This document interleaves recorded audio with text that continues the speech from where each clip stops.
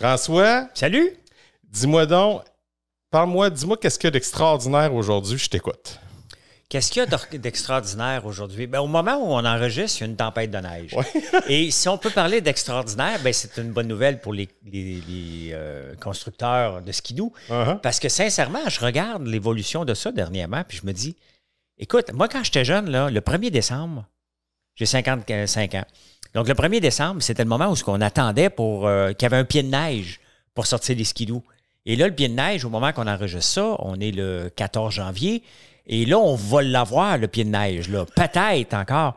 Donc, l'industrie du skidoo, elle va bien quand même, mais je me demande sincèrement, elle s'en va où? Donc, qu'est-ce qu'il y a d'extraordinaire? Ben, tu sais, je ne suis pas un philosophe, je ne vais pas embarquer, mais on décide en se levant le matin comment notre journée va se dérouler. Hein? Notre journée n'est jamais comme on veut. Elle n'est jamais exactement ce qu'on veut, puis on peut bouder là-dedans. On peut procrastiner avec ça ou on peut dire juste, regarde, aujourd'hui, je vais faire ce que je peux. Okay? Ça se peut qu'on n'accomplit pas tout, mais accomplissons ce qui est à accomplir en partant. Puis on verra pour le gravy. Puis des fois, on est frustré. On se couche le soir et on dit, non, je n'ai pas réussi à faire ce que je voulais. Ça m'arrive des fois le week-end. Comme là, moi, on est un vendredi en ce moment. Donc, le week-end, ça se passe en campagne, on travaille. J'ai des objectifs. Je me mets des objectifs, parce que je ne vais pas là juste me reposer. S'il y a quelque chose, je me repose plus le mardi matin que le samedi-dimanche. Des fois, je reviens crinqué le dimanche soir sur la route. Je me dis, j'ai réussi à accomplir comme la semaine passée. Puis il y a des fois, je suis déçu de moi. Je dis, non, j'ai pas réussi à accomplir. Oh. Fait que je le sais pas, mais c'est comme ça la vie. C'est tout le temps, on se met des objectifs, on veut performer et on va voir ce qu'il y en est après. Le laisser-aller, es-tu fort là-dedans ou... il y a des batailles que le laisser aller sur les gens, oui. OK. Oui, ben il y a des gens que je m'obstine plus, là. J'ai plus le goût. Et plus on vieillit, moins à un moment donné, j'ai le goût de changer les gens. OK. Les gens ne changeront pas. C'est le genre de choses que c'est dur, mais si j'étais un scout, là, ça serait ma qualité à accomplir, là, okay. D'accepter que les gens sont différents. Ça fait longtemps que je l'accepte, mais d'accepter à un moment donné de dire, regarde, je ne me bats pas pour ça. Il y a des batailles qu'il faut arrêter d'essayer de gagner. Il y a des gens qui sont tels qu'ils sont, puis ils vont juste nous énerver, puis ça va juste... Tu sais, moi, je me lève tout le temps le matin, je suis bonne humeur. Tout le temps. Okay. Puis je me couche, 99% du temps, je me couche heureux. Okay. Donc, je m'arrange pour éliminer le négatif avant de monter dans le lit, là. Bien, parlant de bonheur, pour nous, en tout cas, ma femme Karine et moi, on est super heureux de t'avoir comme invité. Puis j'étais vraiment heureux de savoir que j'ai été répondu si rapidement par ta belle Marilyn. Bien, tu sais, on travaille ensemble. Tu sais, Marilyn et moi, ça fait presque 4 ans et demi, bientôt 5 ans là, qu'on est ensemble. Et ça fait 4 ans et demi qu'on travaille ensemble. Donc, elle a lâché son travail. Au début, c'était pour m'aider à venir booker mes conférences parce que j'étais désorganisé royalement. Je pouvais me lever un lundi matin puis apprendre qu'il fallait que je sois à Québec à 2 heures de l'après-midi, puis j'avais une conférence, puis je l'avais oublié de le marquer dans mon calendrier. Et j'étais en train d'écrire un livre, puis elle a dit, je pourrais aller t'aider pour faire ça. J'en ai beaucoup de conférences. Et de fil en aiguille, après ça, quelques mois après qu'elle a commencé, l'entreprise actuelle, FrançoisLambert.one, est venue au monde. Et là, on travaille ensemble d'arrache-pied. Oui. Là. On travaille en tabarnouche. Oui. Ça va vraiment avec le titre de ton premier livre, là, l'entrepreneuriat, c'est pas facile. L'entrepreneuriat, c'est difficile. Point, c'est mon 2e ou 3e. Et c'est pas facile. Tu sais, les gens pensent, parce que les gens m'écrivent souvent et ils me disent, gars, j'ai une idée. Okay, une idée, c'est gratuit. En parler, c'est gratuit. La mettre en place, c'est tough en tabarnouche. Ouais. Et la maintenir en place, donc c'est toujours tough. Il arrive toujours quelque chose. Cet été, on a passé au feu. Ah oui, c'est vrai. Donc ça, c'était pas planifié pas du tout. La même journée, j'ai été pris en dessous d'une machine agricole pendant 20 minutes. Ça fait partie, je suis pris là. Il n'y a personne pour venir me sauver autre que faut que ça marche. Il faut qu'on soit capable de m'enlever de là. Il y a des fois, comme ça nous est arrivé avant Noël, on a eu un flot d'amour, mais on n'a pas été capable de livrer. On est obligé d'avertir à partir du 15 décembre, puis même les gens me disent « Ouais, mais j'ai commandé le 15, puis je l'ai pour ça à temps pour Noël. » C'est parce que le 15, quand j'ai décidé d'écrire un message en rouge sur notre site, puis vous avertir sur les réseaux sociaux, nous, on traite en moyenne 300 commandes par jour. Dans le temps des fêtes, ça monte à 1000, et là, on a reçu 8000 en 3 jours. Et c'est le fun, mais c'est frustrant parce qu'on n'a pas la capacité de sauter de 300 à 2500 dans la même journée, là. Donc, il y a eu des mécontents. C'est frustrant parce que, comme entrepreneur, on est toujours insécure. Et tu ne veux pas perdre des clients. On en a perdu, on en a gagné, mais j'ai essayé d'être le plus transparent possible. Mais à la fin, j'ai beau être transparent, si tu ne reçois pas ta commande, tu aimes bien ma transparence, mais tu n'aimes pas le fait que tu n'as pas ta commande, là. Mais il y a des gens qui prennent des chances pareilles. Ouais, mais moi, je l'ai commandé après que tu aies averti. Et ça a pris du temps. Ça, c'était stressant. Là, maintenant, on est passé, puis ça va bien, mais c'est un moment hyper stressant de voir que ça sonne 3 fois à la seconde, puis que là, tu paniques parce que tu dis, OK, je ne suis pas capable de les faire, tout simplement. Donc, c'est un moment qui fait partie de la croissance. Puis la croissance vient avec ce moment-là, parce que sinon, à quel moment tu achètes de l'équipement? Tu achètes ton équipement, puis tu attends que les clients viennent? C'est pas ma philosophie parce que le risque de s'endetter est trop grand. Ouais. Donc, j'attends toujours qu'on dépasse un peu la limite de capacité et que je sois obligé d'aller couvrir les fins de semaine. Mais après ça, il faut acheter de l'équipement. Mais l'équipement, maintenant, ça prend des mois à avoir. Donc, il y a toujours un équilibre à aller chercher. À quel moment qu'on s'équipe pour s'automatiser puis à quel moment qu'on ne le fait pas. Donc, on a vécu ça. C'était un moment hyper stressant. C'était hyper stressant, mais on a passé à côté. Donc oui, c'est difficile l'entrepreneuriat, c'est pas pour tout le monde. On voit la vie de rêve, mais étant donné que je suis hyper actif sur les réseaux sociaux, la vie de rêve des gens la voient ma vraie vie parce que vous me voyez en train de faire du shipping, vous me voyez... excusez, ça sonne, on va juste fermer ça. Et donc, vous me voyez à toutes les heures du jour, presque en train de faire quelque chose. Donc, la nuit même. Les gens commencent à démystifier que, OK, mais je pourrais pas faire ça selon mon statut que les gens me donnent. Puis je le fais pareil parce que je suis passionné de ce qu'on fait. C'est le fun. Hey, mais juste voir là, sur TikTok, là, moi, j'ai un de mes bons amis qui s'appelle Richard Lemieux. C'est un des créateurs de Meubles RD, dans le fond. Oui. Puis il te fait dire un beau bonjour, soit dit en passant, puis il est subjugué par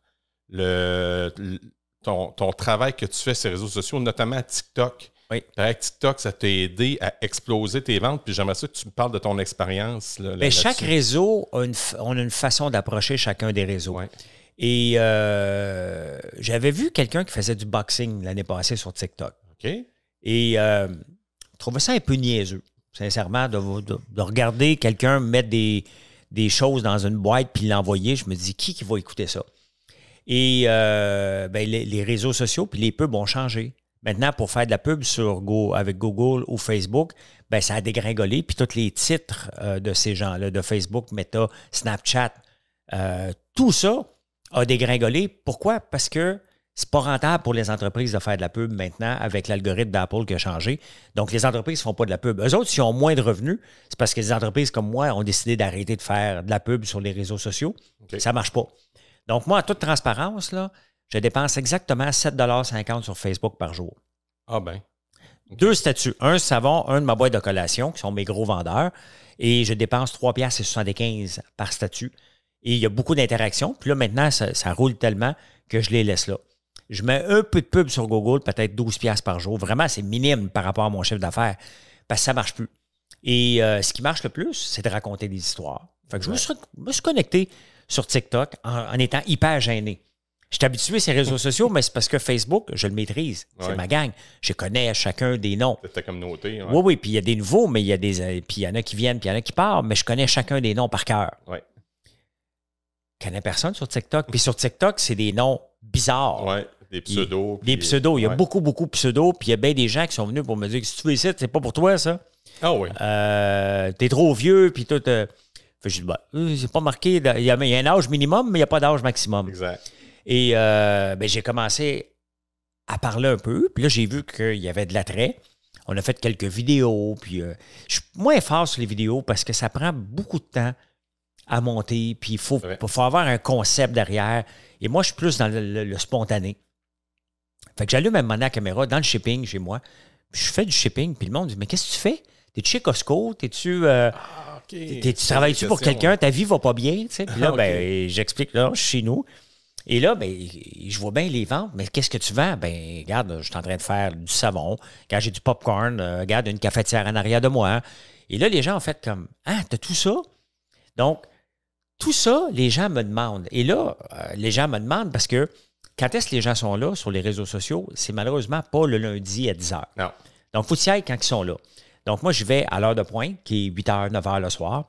Et la fin de semaine, quand ma blonde ne vient pas avec moi au chalet, ben, tant qu'à rien faire, à un moment donné, je me suis dit, coudonc, moi, prends un verre de vin, moi, aller finir ça dans le shipping. Et j'allume la musique, puis je commence à travailler. Puis là, je vois bien là, qu'il y a quelque chose qui se passe, là, parce qu'il y a 800-900 personnes en ligne. Les gens me posent des questions. Les ventes rentrent à côté dans le tapis. Là, j'ai fait comme, OK. Donc, Facebook s'en allait vers pas un déclin, mais j'avais moins de ventes directes. Puis, sur Facebook, il y a beaucoup de gens qui me connaissent. Autant que j'ai 140 000 personnes qui me suivent, j'ai un reach mensuel d'1,3 million. Donc, il y a beaucoup, beaucoup de gens qui ne sont pas abonnés à moi, mais qui viennent voir mes statuts. Wow. Mais là, je me suis dit, ouais, mais là, si je dépends de Facebook, j'ai déjà perdu mon Facebook parce qu'on m'avait pris pour un politicien. Un politicien en France s'appelle François Lambert. Et il parlait beaucoup de mort assistée, puis j'ai comme été pogné là-dedans. Fait que les algorithmes de Facebook sont de la merde à l'occasion. Là. Ouais. Donc, j'ai pas pu faire de pub. J'avais accès à ma page, mais pas faire grand-chose. Là. Et ma crainte depuis ce temps-là a toujours été de perdre un réseau puis tout faire. Donc, c'est pour ça que je suis sur YouTube. Et là, maintenant, même sur YouTube, je fais attention parce que l'autre jour, j'ai montré quelqu'un qui mangeait de la pieuvre en Corée du Sud. Oui. Une vidéo qui est sur YouTube. Et je la montre pour dire, je faisais comme pendant quelques jours la pire bouffe dans le monde, dans la partie insolite de ma vidéo. Et j'ai pris une vidéo qui était sur YouTube. Je la montre, je dis qu'ils sont malades, tu sais. Ben, j'ai eu un warning sévère que la prochaine vidéo comme ça, on était pour me bannir du réseau. Ben voyons donc. J'ai essayé d'expliquer. Il m'a dit non, t'incites la violence envers les animaux. Mais je dis, la vidéo est sur ton foutu réseau, tu sais, mais ils ne comprennent rien. Donc, j'ai fait comme, OK, il faut que je fasse attention parce que YouTube aussi grandit beaucoup. Puis là, ben, j'ai dit, écoute, il faut que j'aille chercher une autre génération et une autre clientèle. Tu sais, comme entrepreneur, j'ai pas de clientèle cible, moi. Okay. Tu sais, qui se lave? Tout le monde. Tout le monde. Bon, c'est réglé. Qui mange du popcorn? Tout le monde. Oui, pas mal. Qui prend du café? Pas tout le monde, mais un méchant paquet. Ouais. Qui fait brûler des chandelles? Une grande partie de la population. Donc, quoi d'autre que j'ai comme produit aussi? Mais des gaufres. Qui mange des gaufres? Tout le monde. Les gaufres, c'est notre hyper gros succès. C'est vrai? Qui mange des beignes? Ben, tout le monde. Donc, ma clientèle, elle est partout. Et Big Brother m'a aidé beaucoup à rajeunir. Rendu jusqu'en demi-finale. À la finale, À finale, oui. Ouais. Donc, m'a permis d'aller chercher une clientèle d'hyper jeunes parce que les gens sont OK, ça, c'est le gars qui a toffé jusqu'à la fin à Big Brother. Donc, il faut se servir de ça, de chaque événement qu'on fait. Et sur TikTok, ben, quand je suis arrivé, ben, je parle de finance, je parle de bourse. J'ai été faire un tour en crypto. Donc, j'ai attiré une nouvelle clientèle, pas toujours bonne, pas clientèle, mais de gens. Ouais. Mais ça m'a permis d'aller chercher d'autres personnes. Puis les gens de Facebook me suivent aussi. Puis il y a des gens de TikTok qui viennent me rejoindre sur Facebook parce que, tu sais, même si tu n'es pas actif sur Facebook, tu as un compte Facebook, à peu près tout le monde. Ouais. Même si tu n'es pas actif sur TikTok, notre génération, puis même la génération plus vieille que moi, maintenant ont un compte parce que je fais des lives qui veulent venir voir. Puis je lui dis, ce soir, je ne suis pas sur Facebook, je suis sur TikTok. Je veux grandir chacun des réseaux, puis je néglige pas aucun des réseaux. Et quand j'ai commencé à faire du boxing, c'est la folie. Le monde me demande, là, comme là, cette semaine, quand est-ce que tu retournes dans ton shipping? Donc, les gens aiment ça. Puis non seulement ça, les gens me demandent de lire leur commande. Ils passent une commande. Tu peux-tu lire à tout le monde ce que j'achète? Ben voyons donc. Oui, fait qu'il y a comme un phénomène par rapport à ça qui est le fun. Donc, les gens me disent, ouais, mais t'es un entrepreneur à succès, tu travailles un samedi. C'est quoi le rôle d'un entrepreneur? C'est pas être vendeur, c'est un raconteur d'histoire. Et moi, si les gens viennent me suivre pendant que je fais de la barbe à papa pendant 1 heure, puis j'ai 1000 personnes en direct sur TikTok, je vais faire ça me fait plaisir. Le barbe à papa, de toute façon, c'est mon produit. Moi, je l'ai défini il y a 4 ans et je le maîtrise encore comment en faire. Et pour montrer aux gens comment un produit est fait, parce que les gens n'achètent pas un produit. Les gens achètent l'histoire. Comment c'est fait un produit? Comment... Moi, je regarde dans ce moment, on est en train de développer de plus en plus la partie chocolatée de notre entreprise, la chocolaterie. Et j'en mange des vidéos. Mais je veux savoir comment tu pars de l'arbre puis tu l'amènes plus loin, là. À la fin, c'est pas moi qui va le faire, là, le chocolat. C'est une chocolatière puis j'ai des employés. Mais je serais capable d'aller le faire. Mais c'est pas mon rôle, là. Mais c'est ce que je veux montrer aux gens, comment c'est fait. Comment qu'on l'amène. Il y a eu des émissions How It's Made, comment c'est fait aussi au Québec à Z-Télé. Mais c'est parce que les gens sont intéressés. Ils veulent savoir l'histoire, comment tu es rentré dans une chocolaterie, pourquoi tu as commencé à faire des savons. Donc, c'est ça que je leur raconte des histoires et en même temps, je leur montre qu'on peut bâtir une entreprise de zéro, partir d'un garage et être rendu maintenant avec 15 000 pieds d'entrepôt et de cuisine sans avoir une dette, une once de dette. Wow. Parce que je leur montre à chaque fois que, regarde, là, je peux acheter cette pièce d'équipement-là. Donc, j'implique les gens dans mon parcours. Je leur dis, regarde, maintenant, j'ai une nouvelle pièce d'équipement. Pourquoi? Parce que j'ai vendu tellement, on a eu tellement de commandes au mois de décembre que je peux acheter quelque chose. Puis, le même discours, je l'ai avec mes employés aussi. Tu sais, parce que mes employés ont rushé au mois de décembre. Là. Puis, ils me disent, ah, François, je ne peux pas continuer si tu ne m'achètes pas. Je dis, pas d'argent. Je n'ai pas d'argent. Puis, pense pas parce que j'ai de l'argent de côté que je vais pomper de l'argent indéfiniment dans mon entreprise. Il faut qu'elle s'organise. Ouais, exact. Puis je leur ai dit aux employés, si on réussit le mois de décembre, ben je vais acheter telle autre pièce d'équipement. On a réussi le mois de décembre et là, ben, la chocolatière a eu sa première pièce d'équipement. Wow. Donc, c'est comme ça que j'avance, autant avec les gens qu'avec les employés. Et je suis transparent, je ne m'endetterai pas, tout simplement. OK. Parce que tu as déjà eu beaucoup de succès avec tes télécommunications dans le passé. Oui. Moi, là, je suis très curieux parce que tu sais que mon podcast a aussi un volet pédagogique. Oui. Puis je voulais savoir, là, d'où est venu ce petit étincelle de devenir entrepreneur? Est-ce que c'est par un collègue, à un moment donné, que tu as vu entrepreneur et ça t'a allumé, ou est-ce que l'école t'a apporté quelque chose ou tu n'as rien apporté du tout? Tu sais, dans mon temps, vouloir être entrepreneur, ça se disait pas. Un entrepreneur, c'est un gars en construction.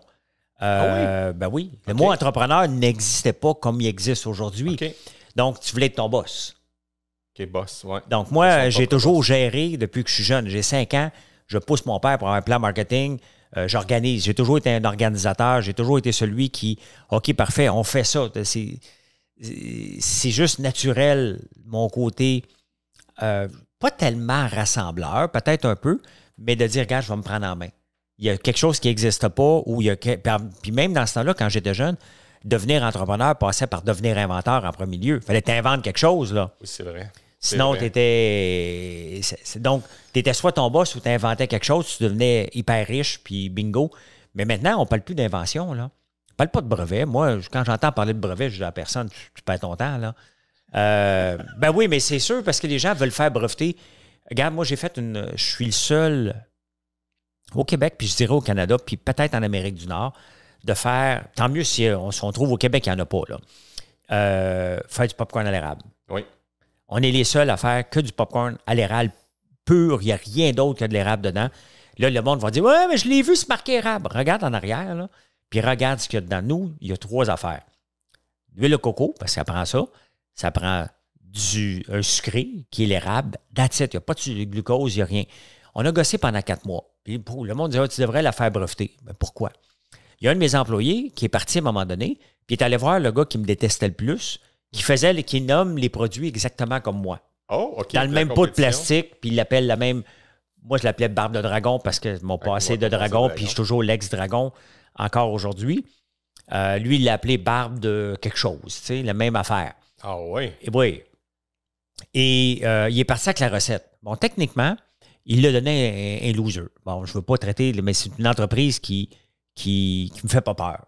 Donc, je veux aller poursuivre une entreprise qui, de toute façon, n'est pas capable de le vendre.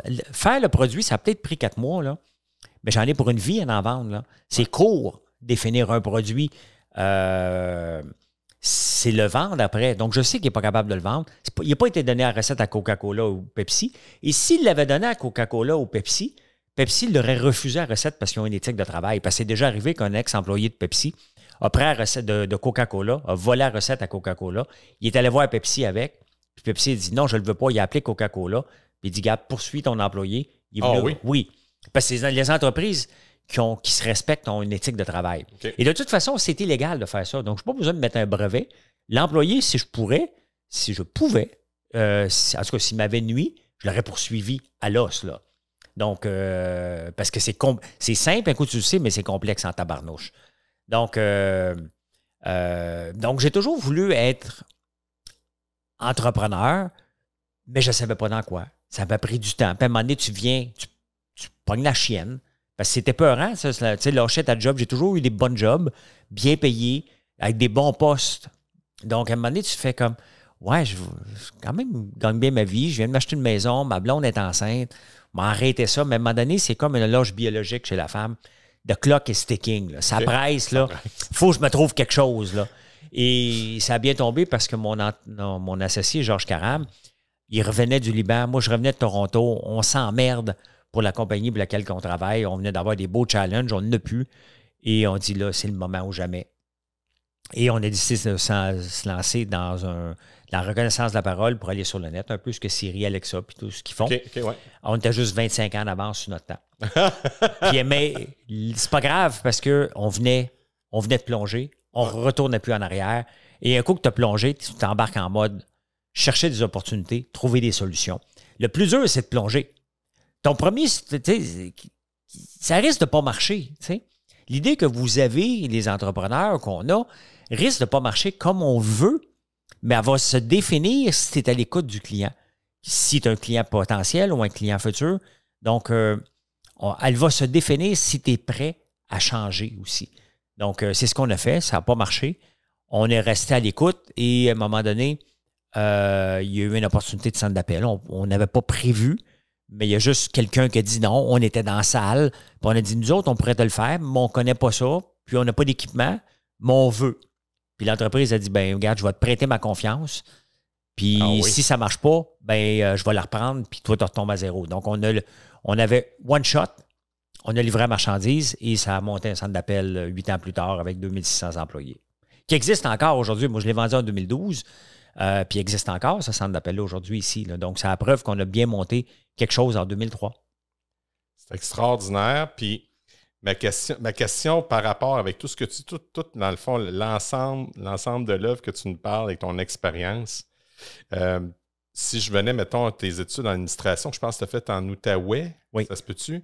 Est-ce que tu avais cette idée d'aller en administration pour pouvoir te partir en affaires? C'était-tu quelque chose qui était naturel chez toi? Tu dis, je vais aller chercher l'université pour après aller en entreprise? Parce qu'il y a beaucoup d'entrepreneurs qui n'ont pas des études face à ça, là. Écoute, ça serait facile de répondre oui, c'est ça que je voulais faire, mais ma première job que je voulais faire, c'était vétérinaire. Ah, oui. Et je suis arrivé en sciences santé. J'ai toujours été bon à l'école, particulièrement bon. Donc, j'ai jamais étudié. J'ai commencé à étudier ma première année universitaire. OK. Parce que j'ai eu 29 en maths, puis c'était ma force. J'ai fait comme, OK, il y a un moment donné dans la vie, il faut que tu ouvres les livres. Là. Tu ne peux pas juste écouter puis que ton cerveau fasse les connexions supplémentaires. OK. Mais je suis arrivé en sciences santé. J'arrivais de la campagne et j'habitais en pension chez un joueur de hockey des Olympiques de Hull. Ils ont été éliminés rapidement. Puis moi, je découvrais la ville, je découvrais la liberté. Parce que dans le fond d'un rang, à travailler sur une ferme, ta liberté est assez limitée, là. Et l'immaturité, donc j'ai commencé à abandonner des cours juste pour avoir les pré-bourses. Et après ça, j'ai dit, OK, bon, c'est sûr que je vais être en affaires, mais qu'est-ce qui va être le plus facile à faire puis qui va avoir que des belles filles?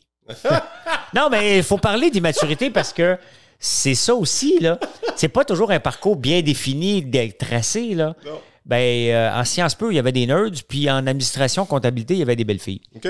Fait que je me suis dit, j'ai plus de chances de rencontrer en allant en comptabilité. Mais pas, ça ne m'intéressait pas être comptable, parce que je savais qu'être comptable, à la fin, tu finis par travailler pour quelqu'un. C'est assez rare que tu vas te lancer ton bureau de comptable en partant. Donc, j'ai dit, m'ouvrir les portes, m'en prendre administration, finance, économie, parce que je voulais aller sur le parquet de la bourse aussi. La bourse m'a toujours intéressé depuis toujours. J'en parle encore. Mais j'en parle à tous les jours. Là, j'ai la face là-dessus au moins 1 heure par jour. Ça me passionne depuis toujours. Okay. J'ai fait mon premier logiciel, était justement ça, sur les analyses techniques avant qu'il existe. Là. Donc, c'est vraiment de l'immaturité qui fait que ça t'amène quelque part. Puis à un moment donné, tu découvres quelque chose que tu aimes, tout simplement. Puis tu dis, OK, parfait, donc je vais poursuivre là-dedans. Puis à un moment donné, j'ai eu, puisque je suis en finance, on m'a donné des postes de gestionnaire rapidement parce que j'étais fiable. Tu sais, quelqu'un qui est fiable, là, on peut le voir chez les jeunes, tu es fiable à 14 ans, tu n'es pas fiable à 14 ans, tu ne seras pas fiable à 22, tu ne seras pas fiable à 30 ans, tu ne seras pas fiable à 40 ans. Moi, il y a un jeune là, que j'ai donné des chances à 10 ans, c'est un ami de la famille, il n'était pas fiable. J'ai redonné une chance à 16 ans, il n'était pas fiable.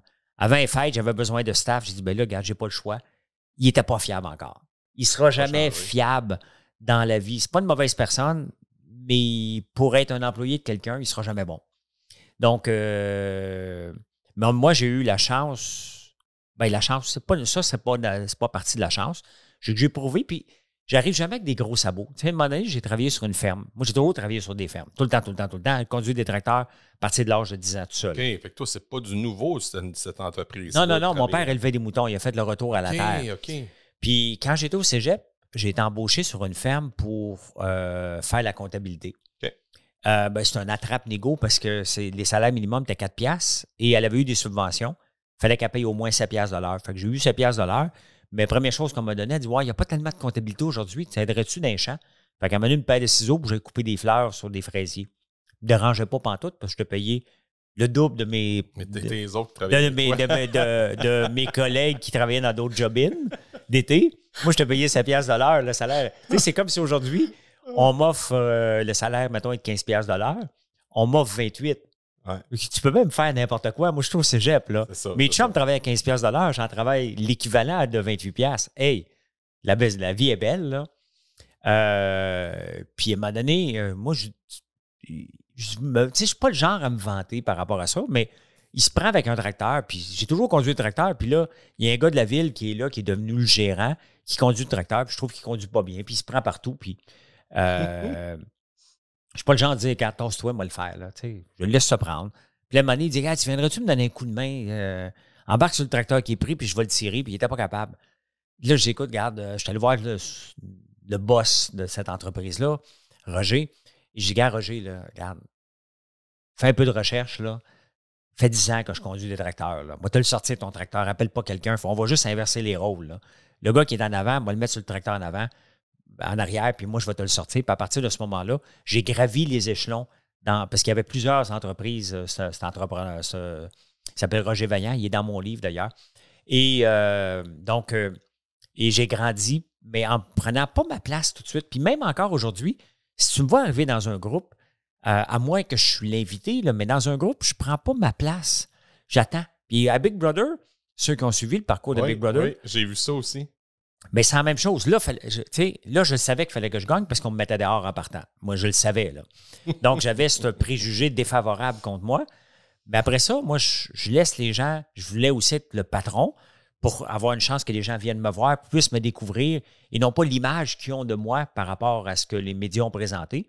Mais la vraie personne que je suis en me levant le matin, en préparant à souper, puis en me couchant le soir, puis en m'entraînant mon éthique de travail. Donc, ils ont pu voir mon éthique de travail qui était sérieuse, mes convictions qui étaient sérieuses aussi. Moi, j'ai dit, moi, je vais travailler avec les gens. Je suis ici pour me battre à toutes les épreuves. Donc, c'est impossible que vous allez me voir abandonner une épreuve. C'est impossible que si vous me choisissez pour une épreuve, que je ne vais pas aller me battre pour l'épreuve. Je vais la gagner. Je suis un gagnant. Je veux gagner. Je veux pousser tout le monde à aller plus loin. Et, mais ça m'a donné, j'ai gagné la première, j'ai gagné rapidement d'autres vétos. Ils ont eu peur de me mettre en danger et ils ont vu qu'on peut se fier à lui. Tu sais, dans une équipe, tu as besoin d'avoir des gens à qui tu peux te fier à 100%, que si tu lui dis quelque chose, il n'ira pas le répéter à personne. Si tu lui dis quelque chose, s'il dit, regarde, je m'en vais là, ben, tu peux être certain qu'ils y vont. Mais moi, j'ai fait ça à Big Brother, pas pour jouer un jeu. Tu ne peux pas jouer du jeu à Big Brother, tu es toi-même. Ouais. T'es 24 heures par jour avec des gens. Ça. À un moment donné, ça va paraître. Ben, ça prend 8 minutes à paraître. Tu as 16 yeux, 16 personnes, donc 15. Tu as 30. La première semaine, tu as 30 paires de 30. Ben, en tout cas, tu as 15 personnes qui te regardent. Ouais. On va partir comme ça. Donc, mais c'est la même chose. Dans la vie, là, tu peux mentir aussi, mais les gens te voient. Donc, ils peuvent voir ta sincérité, ils peuvent voir. Et c'est ce qui me définit dans mon parcours. C'est que tu peux te fier à moi. Si je dis que je m'en vais là, j'y vais. Si je te le dis, j'y vais pas, rien à faire, j'irai pas, là. Je suis pas capable. Ça, c'est l'entrepreneur. Ça te ressemble beaucoup ça, dans ton entreprise, d'aller à un endroit. Puis quand tu y vas, moi, ce que j'ai compris, c'est ce que mes amis disent de toi. C'est quand tu t'en vas à quelque part, tu t'en vas là, puis c'est là que tu vas. Là. Oui, bien, tu sais, si on veut réussir, ça se peut qu'on bifurque. Ouais. Ça se peut que le chemin, moi, tu sais, ça se peut que je vais aller du point A au point B. Puis les entrepreneurs, on est paresseux. Okay? Le point A, il est toujours trop loin du point B. Puis même s'il s'est rapproché, on veut le raccourcir encore, puis le raccourcir encore jusqu'à l'infini. Ce point A, on est paresseux dans ce sens-là, parce qu'on veut le raccourcir. Nous, on est pressé d'y aller au point B. Mais on le sait que pour aller du point A au point B, ça se peut qu'on fasse bien des détours, ça se peut qu'on arrête, ça se peut qu'on fasse un pas en arrière. Et c'est l'entrepreneur de 55 ans versus l'entrepreneur de 30 ans qui est capable de faire cette différence-là, là, qui est capable d'accepter que oui, des coups durs, on va en avoir. Oui, des employés vont partir. Au moment où tu t'en attends le moins. Et souvent, dans le moment où tu en as le plus besoin. Mais c'est comme ça. Moi, je ne me chicane plus avec les employés qui veulent partir. Je me dis, OK, parfait, ils ont fait un bout de chemin avec nous. Puis, maintenant, on va trouver quelqu'un qui va combler les lacunes que cette personne-là avait pour nous emmener encore plus loin.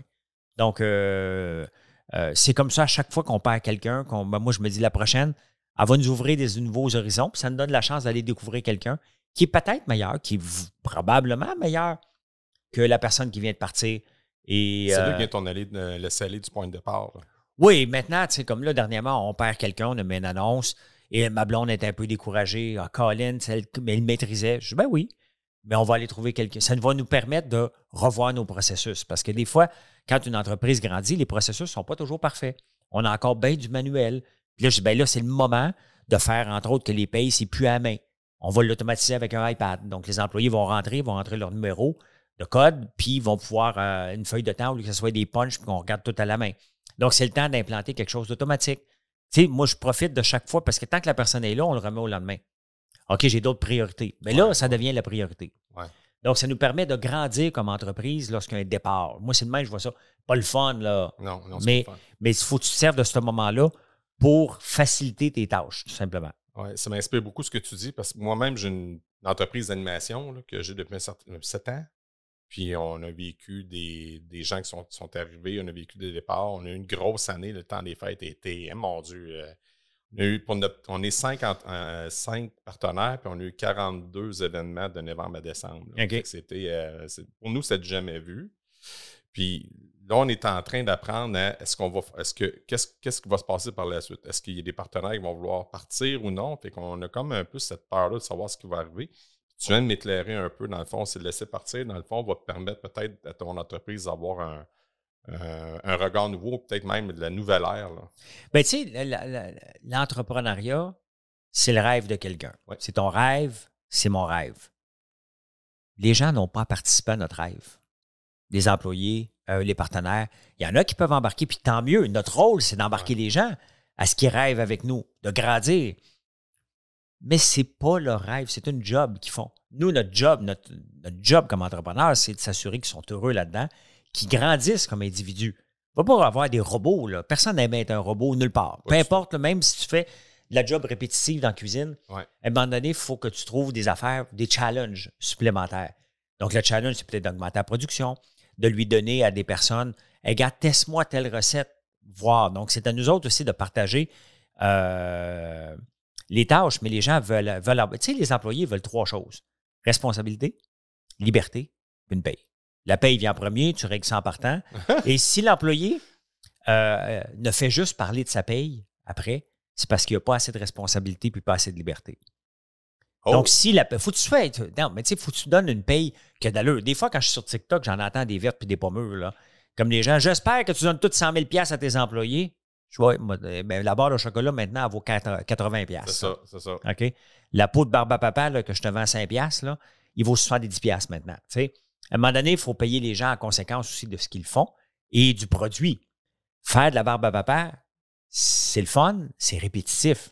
Et ça ne demande pas de grande habileté autre que fournir ce que la machine nous donne. C'est bien évident que ton pouvoir décisionnel sur de la barbe à papa, il est nul. Là. C'est pas là que tu vas prendre des décisions.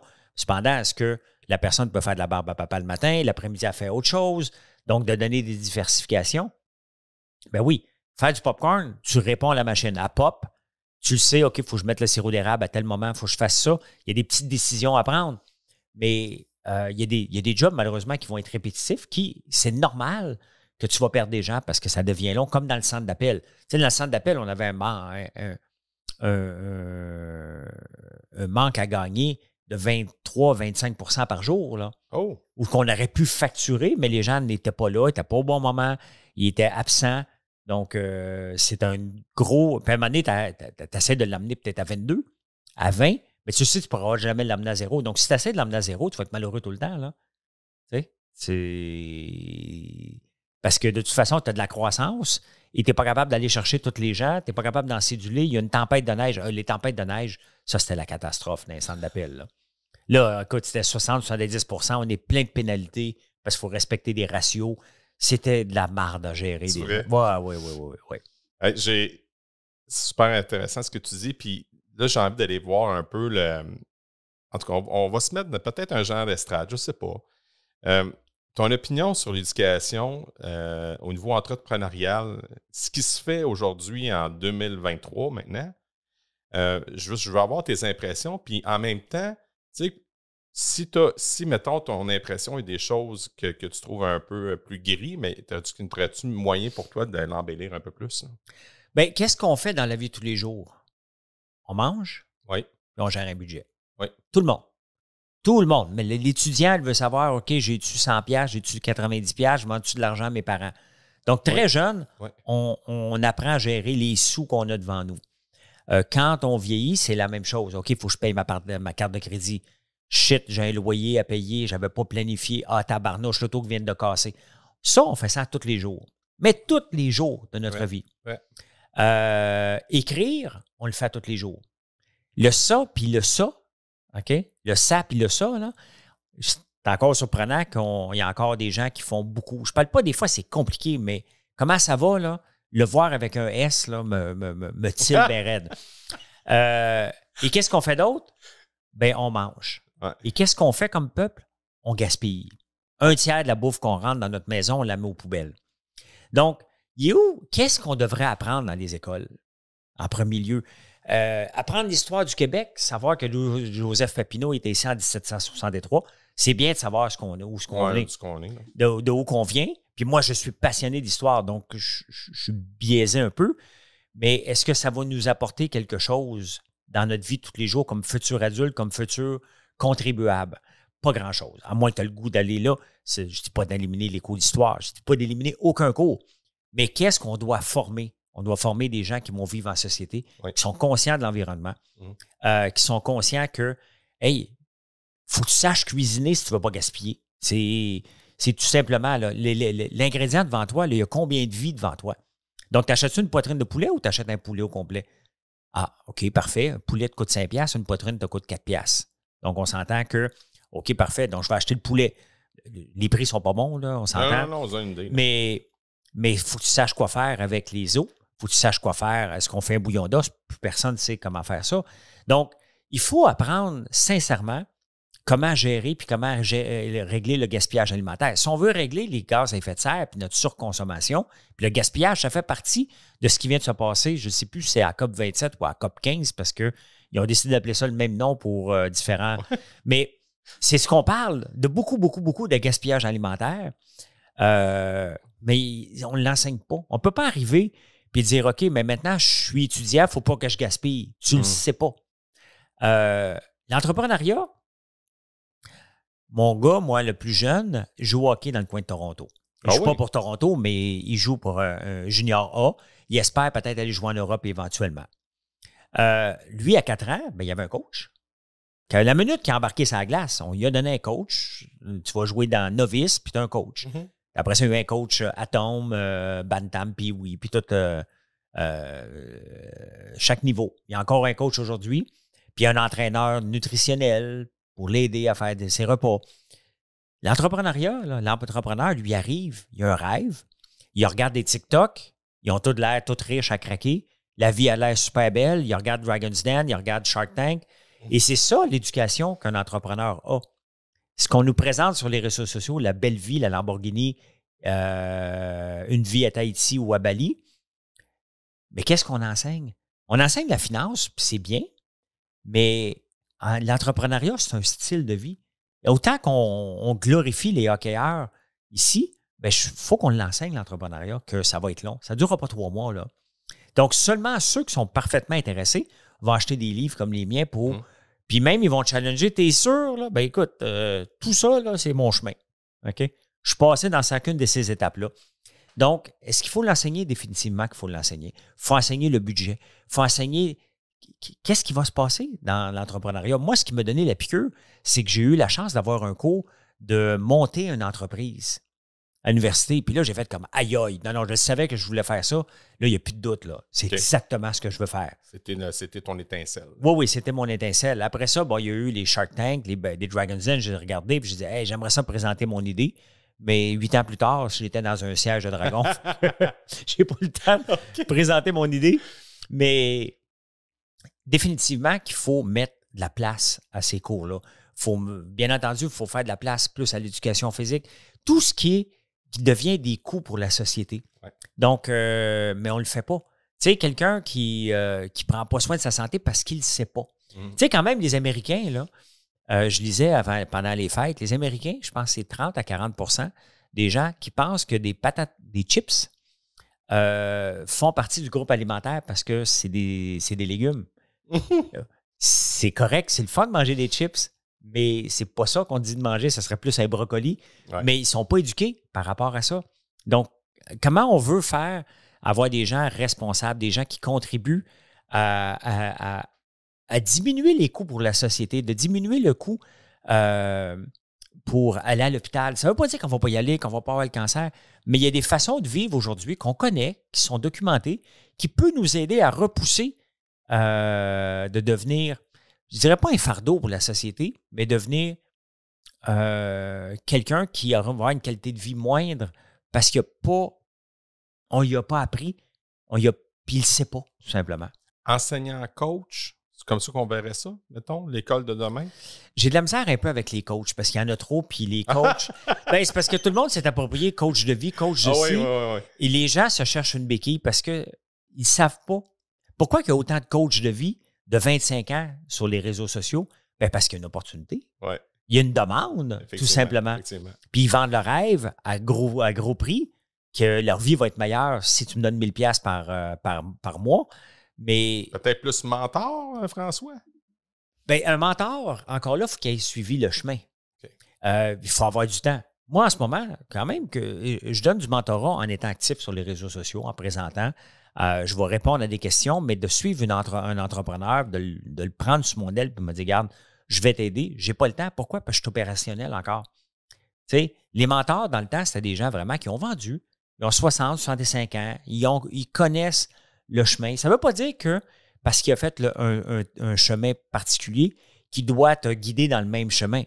Il doit juste te dire, tu sais, un mentor pour moi, il connaît les trous sur la route. Tu sais, il va juste te dire, attention, il y a un nid de poule, là. Après ça, c'est ta responsabilité de tourner le volant ou de rentrer dedans, là. Mais il sait où il est le nid de poule. Ça ne veut pas dire que tu es obligé de le prendre, le même chemin que lui, puis c'est normal de ne pas prendre le même chemin que lui aussi, là. Ouais. Donc, mais il manque de mentors. Il y a une grande demande pour les mentors. Mais tu ne peux pas être mentor et être opérationnel. Tu n'as pas le temps. Non. Une entreprise prend tout ton temps si tu veux qu'elle réussisse. Si tu veux qu'elle flotte ton entreprise puis qu'elle maintenant disparaisse rapidement, puis tu veux juste avoir de l'air smart sur les réseaux sociaux, vas-y. Moi, je n'ai pas le temps de m'occuper d'autres entreprises, mais j'ai zéro temps. J'ai de la misère à m'occuper de la mienne à temps plein tellement que ça déborde de partout, la croissance. Tu sais. Fait que plus de conférenciers d'abord, des gens comme toi qui viennent parler de leur expérience entrepreneuriale là, dans les écoles secondaires ou même primaires, limite. Là. Ben oui, parce que tu veux faire rêver. Tu sais, ce qui me poussait à me lancer en affaires, c'est qu'on m'a donné un projet universitaire, j'ai rêvé. Je regardais les dragons puis je dis, hey, ça serait le fun, moi aussi, aller présenter un projet là. Donc, ça part d'un rêve, une idée.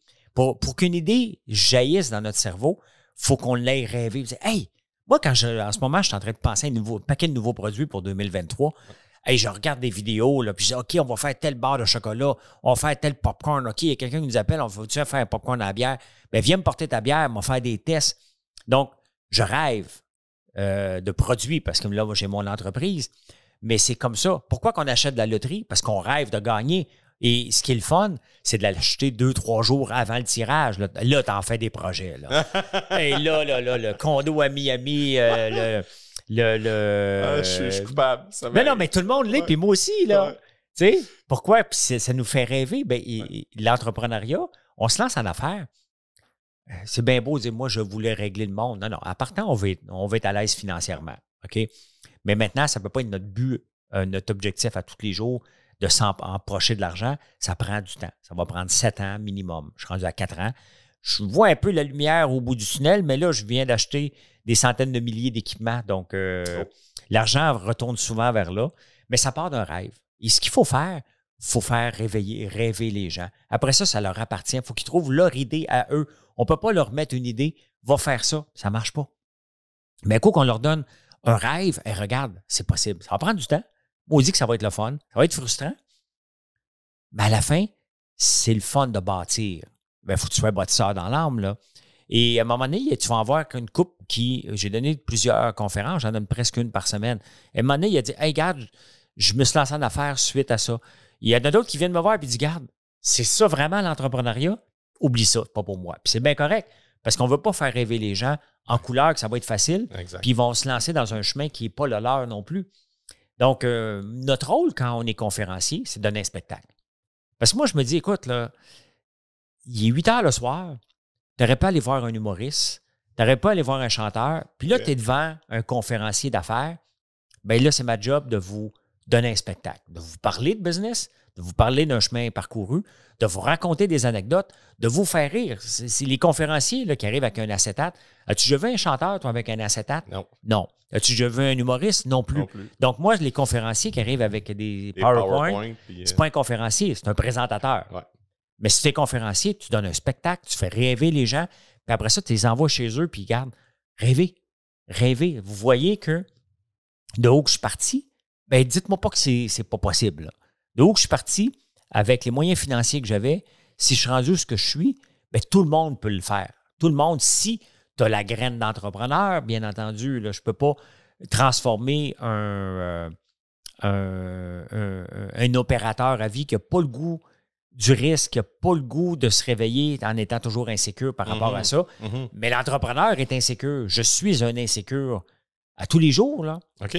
À tous les jours, mais sauf que je ne laisse pas cette insécurité-là m'avaler. Je m'en sers pour me dépasser et dire, OK, non, mon message ne passe pas, il faut que je le reformule. Parce que le même message ne passe pas la même journée, de la même façon tout le temps. Là. OK. Puis des fois, on arrive avec une idée exceptionnelle, puis bang, la reine meurt. OK, non, mais là, je te donne quelque chose. Donc, quand même que tu veux parler de ton idée aux gens, les gens veulent juste parler de cet événement majeur. Donc, ton timing était mauvais. Mais c'était pas de ta faute. Donc, c'est pas ton idée qui est pas bonne. Il faut que tu laisses le temps aux gens. Et là, à un moment donné, tu reviens d'une autre façon quelques mois plus tard, quelques semaines plus tard, parce que le message n'a pas passé, tout simplement. Un peu comme un DJ avec ma compagnie. Là. On a mis une tonne il n'y a pas longtemps, puis les gens nous regardaient de travers, elle n'est bien pas bonne. Puis là, depuis qu'il y a eu une période où on était faire un peu de voyage à l'automne, c'est la tonne de l'heure, puis ils nous demandent ça tout le temps. Bien, c'est ça. Donc, il y a comme un timing qu'il faut mettre tout le temps. Il y a toujours le timing. Puis si on le voit quand on est sur les réseaux sociaux, quand on va attirer les gens, le titre est important. Oui. L'intro est importante. OK, c'est quoi le hook? Donc, tout ça, des fois, tu sais, même quand j'écris des textes, là, on va recommencer, là, des fois, j'écris des textes, je me dis, ah, il va pogner. Là, il ne s'est rien passé. Quand je regarde ma formule de texte, je fais comme, ah, ouais.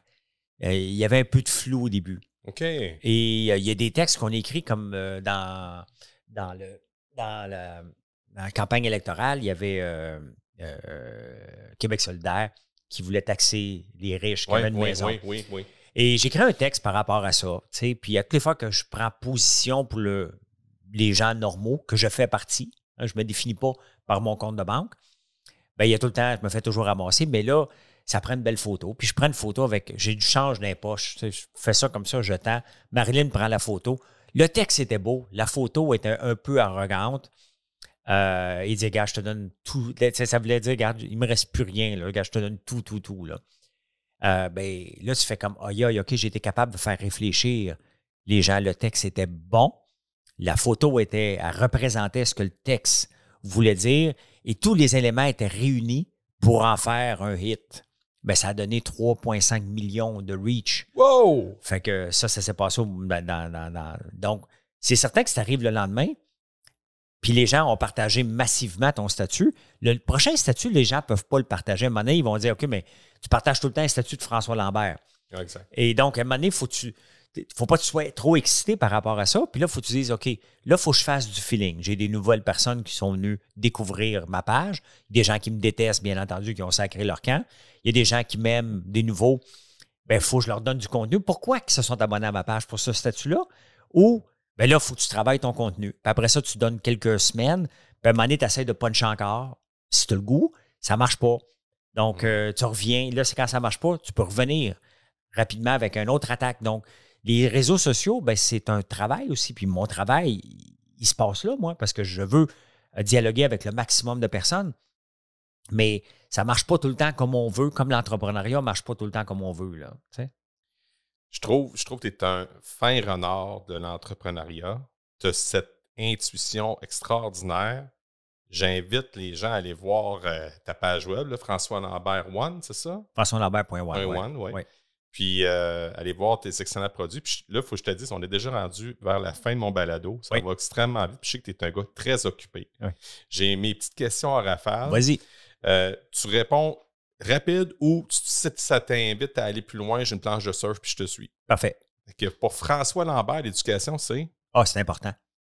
Très important. Puis, quand même, étant en rafale, je vais prendre 30 secondes. Vas-y. On peut réussir sans aller à l'école. Ouais. Mais, puis on peut ne pas réussir quand même quand on est allé à l'école. Mais c'est un bagage.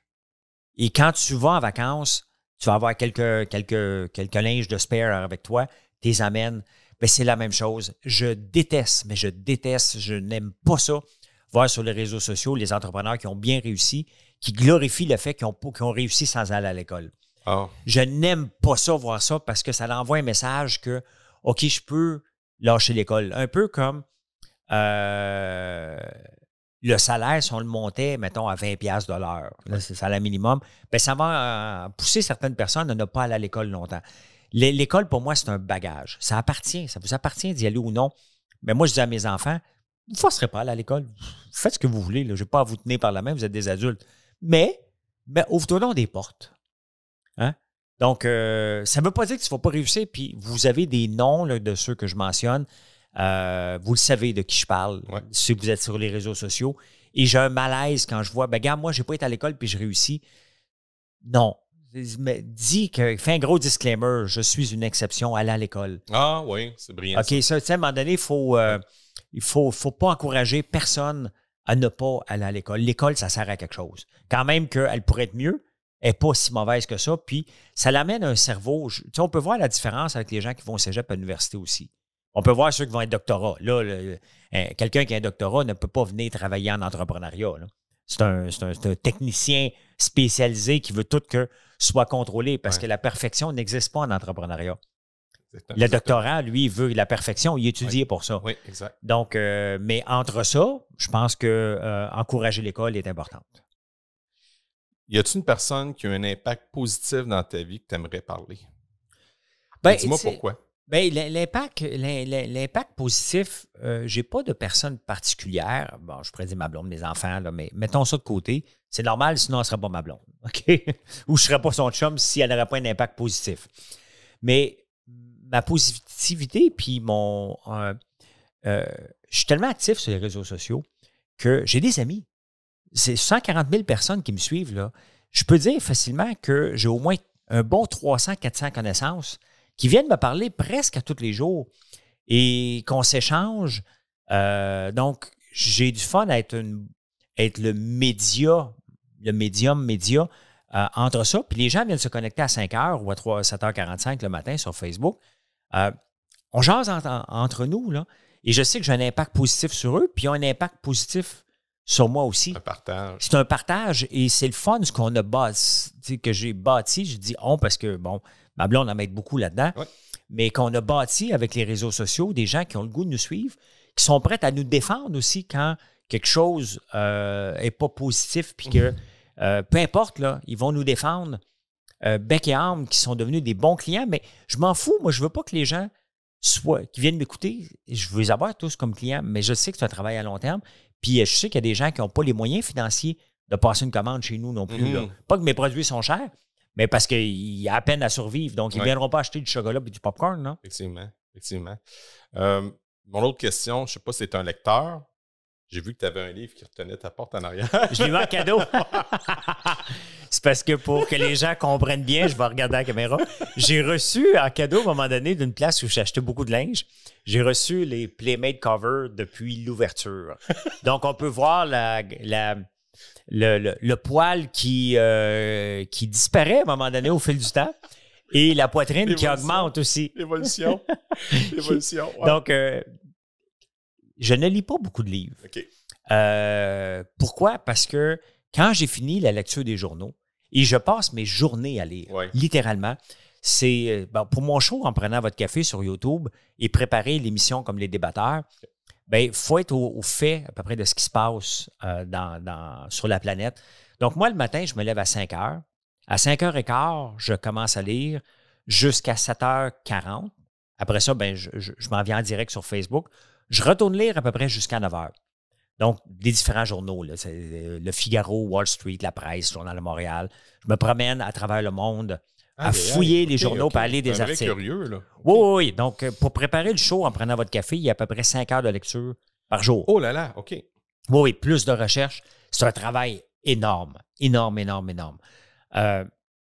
en même temps, quand les débatteurs m'appellent à nouveau pour aller faire le show, qu'est-ce que tu penses de ça? J'ai une opinion. Parce que tu as lu là-dessus. Quand je parle avec les gens à 7h45 le matin sur Facebook ou sur TikTok, j'ai toujours des sujets parce que je suis au courant à peu près de ce qui se passe, autant en société, autant dans les sports. Les sports, j'ai lu moins, mais je suis au courant un peu.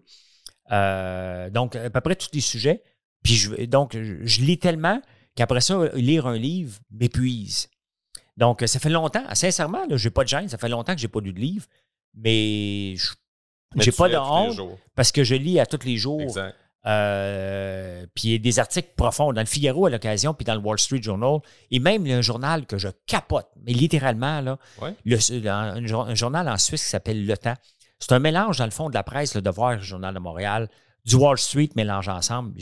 Pour moi, c'est le journal parfait. OK. À toutes les fois, je me dis, OK, j'ai assez de nouvelles, là, je suis prêt à l'enregistrer, puis je ne l'ai pas lu encore. Je vais aller le lire encore. Je dis, tabarnouche, c'est trop bon, il faut que j'en parle. Oui. Donc, ce journal-là, pour moi, est le journal, mon meilleur journal à travers le monde. Donc, après 6 heures de lecture par jour de différents articles, je me dis, là, j'ai besoin d'une pause. Là. Tu en masses. Oui. Quand tu étais à la petite école élémentaire ou primaire ou secondaire, je veux savoir, c'était quoi ta matière préférée? J'étais bon dans tout. Donc, j'aimais beaucoup la géographie, les maths.